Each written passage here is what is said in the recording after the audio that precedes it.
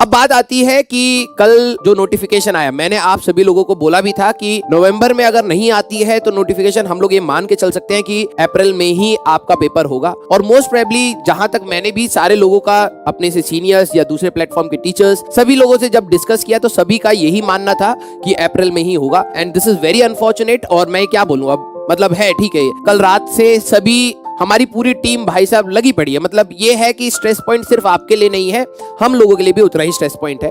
अब blame game में जाने से बेटर है कि हम लोग अब तैयारी करें। That is only the option we have. हम लोगों का, मैं कई बच्चों का वो देख रहा था कि हम लोग ट्विटर कैंपेन चलाएंगे, ये चलाएंगे, वो चलाएंगे। मैं आप सभी लोगों को उस चीज का, आपके पास फ्रीडम है, राइट है, आपको करना चाहे तो आप कर सकते हैं। लेकिन मैं तब भी आप सभी लोगों को यही बात बोलूंगा कि जो आपके पास समय है उसको आप पहले ही यूटिलाइज करें अपने पढ़ाई के लिए। फिर आप कोई भी कैंपेन चलाना चाहें आप चलाइए, मैं उसके लिए बिल्कुल मना नहीं करूंगा, दैट्स योर राइट। बट सबसे पहले आपकी रिस्पॉन्सिबिलिटी है पढ़ाई करने की। अब हमारे पास बात करी जाए कि सर किस तरीके से मैनेज किया जाए।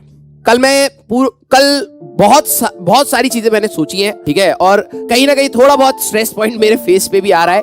रीजन बीइंग क्योंकि आपकी जो रैंक बोलो या आपका जो रिजल्ट बोलो वो मेरे लिए भी इंपॉर्टेंट है, क्योंकि वही मेरे लिए है, वही एट द एंड मेरा आउटपुट है पूरे साल का। तो हाँ, आप लोगों को बस मैं एक चीज बोलूंगा कि भाई देखो, जब लास्ट मोमेंट आता है सबसे पहले आपको अपने स्ट्रेंथ पॉइंट्स देखने हैं। मैं जिस प्रकार से एक 12वीं क्लास के बच्चे से बात कर रहा हूं, इसी प्रकार से मैं ड्रॉपर के बच्चे से बात बिल्कुल नहीं करता। उनके अपने एक स्ट्रेंथ पॉइंट होंगे। देखो, अब आ रही है बात कंपटीशन की, हम बोर्ड्स के बारे में भी बात करेंगे। अब बात आ रही है आपके कंपटीशन की, राइट। कंपटीशन में आपके लिए कौन कौन से लोग बैठने वाले हैं? जो पिछले साल 12वीं क्लास कर चुके हैं वो भी आपके साथ बैठेंगे। हो सकता है जिनका सेकंड ड्रॉप हो वो भी आपके साथ बैठेंगे, और आपके एट प्रेजेंट 12th क्लास के बच्चे जो हैं वो भी आपके साथ बैठेंगे, राइट। तो दिस इज योर कंपटीशन। अब आप बात होती है कि अगर मैंने ये सोचा कि अगर मैं इस सिचुएशन में होता तो मैं क्या करता। मैं अपने आप को पॉजिटिव रखने की सबसे ज्यादा कोशिश करता, और वो किस प्रकार से करी जा सकती है, by just thinking about the positive points, या आप अपने स्ट्रेंथ पॉइंट्स को ध्यान रखिए। सबसे पहली बात देखो, मैं ड्रॉपर्स के लिए ये नेगेटिव पॉइंट नहीं कर रहा। अगर कोई बच्चा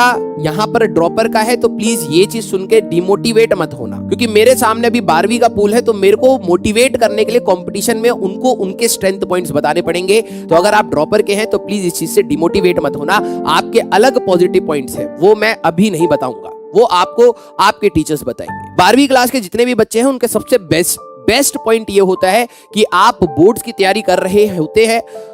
जेई मेंस में अप्रोक्सीमेटली 50% या 51%, ये फ्लक्चुएट करता, 50% सिलेबस आपका 12वीं का ही है। फर्स्ट अटेम्प्ट जो है वहां पर आप मैक्सिमम रैंक खींच सकते हैं। क्यों? क्योंकि अभी यहां पर सारे बच्चों का प्लान हिला पड़ा है। जिन लोगों ने मॉक टेस्ट की सोची थी, जिन लोगों ने रिवीजन की सोची थी, जिन लोगों ने बैकलॉग कवर करने की सोची थी, सबके प्लान इधर उधर हो चुके होंगे। अब बात आती है अपने को संभाल के ये समय यूटिलाइज करने की बात। हम लोगों का 11th स्टार्ट होगा, तो आप ये समझिए, अगर आपने शिद्दत से 12वीं को भी पढ़ा है तो आपके लिए 50% ऑफ द सिलेबस आपके इन हैंड में है। अब बात आती है 11वीं की, जो हम लोग मंडे से रिवीजन स्टार्ट कर रहे हैं अपने बैच के अंदर, ठीक है। उसमें हम लोग 17 जनवरी तक, फिजिक्स का मैं आपको बात बताऊं तो 17 जनवरी तक हम लोग अपने 11th को एक बार वन राउंड टच जरूर देंगे, ठीक है, जिससे एटलीस्ट आपको ये हो जाए कि हाँ, कि हमारे पास इजी और मीडियम क्वेश्चंस जो जेईई मेंस में आएंगे आप उनको एटलीस्ट अटेम्प्ट कर पाए। अगर आप स्मॉल टारगेट्स को धीरे धीरे अचीव करते हुए जाएंगे, आप सबसे पहली बात उसमें बंध जाएंगे, उस रूटीन को फॉलो करने के लिए बंध जाएंगे।